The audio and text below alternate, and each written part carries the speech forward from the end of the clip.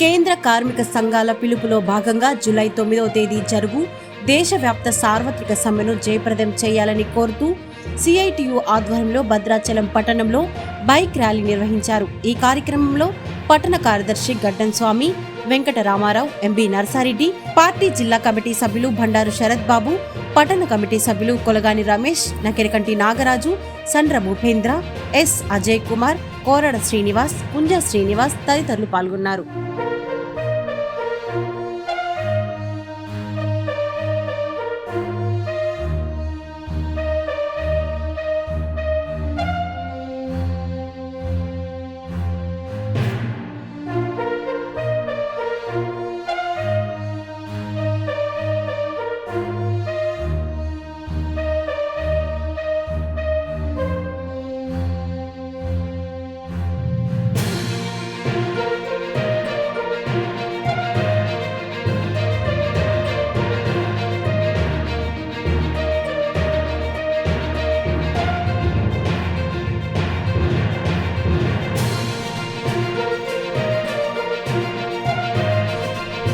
ఈ నెల 9వ తారీఖున జరిగేటువంటి దేశవ్యాప్త సార్వత్రిక సమ్మె గ్రామీణ బంద్ను జయప్రదం చేయాలని కోరుతూ ఈరోజు సిఐటియు ప్రజా సంఘాల ఆధ్వర్యంలో మోటార్ సైకిల్ ర్యాలీ భద్రాచలం పట్టణంలో నిర్వహించడం జరుగుతూ ఉంది.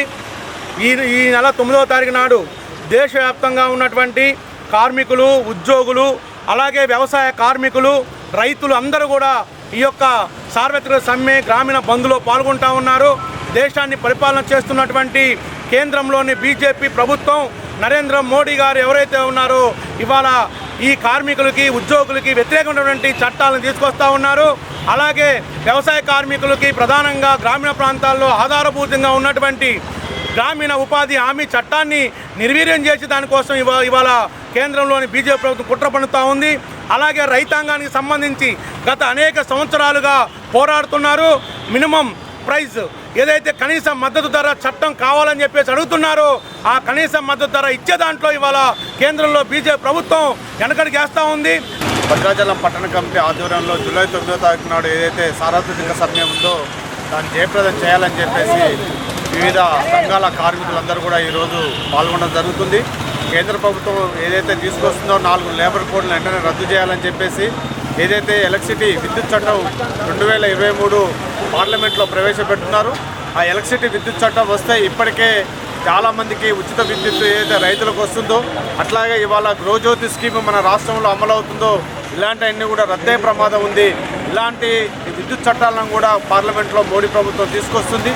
అట్లాగే ఎలక్ట్రిసిటీలో ప్రైవేటీకరణ అయితే ఇలా మొత్తం కూడా కాంట్రాక్టీకరణ వ్యవస్థ తీసుకొచ్చే ప్రమాదం కూడా ఉంది. కాబట్టి రేపు జూలై 9వ తారీఖు నాడు జరిగే సమ్మెలో విద్యుత్ ఉద్యోగులు, కార్మికులు, అట్లాగే అసంఘటిత కార్మికులు అందరూ కూడా పెద్ద ఎత్తున పాల్గొని జయప్రదం చేయాలని చెప్పేసి కూడా సిఐటిగా మేము డిమాండ్ చేస్తాం. నెల 9వ తారీఖున జరుగుతున్నటువంటి దేశవ్యాప్త సమ్మెను జయప్రదం చేయాలని చెప్పి మోడీ ప్రభుత్వం తీసుకొచ్చినటువంటి 4 అత్యంత ప్రమాదకరమైన ఉద్యోగ వ్యతిరేక కార్మిక కోడ్లను రద్దు చేయాలని చెప్పి జూలై 9వ తారీఖున జరిగేటువంటి దేశవ్యాప్త సమ్మెను జయప్రదం చేయాలని చెప్పి ఈరోజు సిఐటియు పట్టణ కమిటీ ఆధ్వర్యంలో భద్రాచలంలో మోటార్ సైకిల్ ర్యాలీ నిర్వహిస్తూ ఉన్నాం.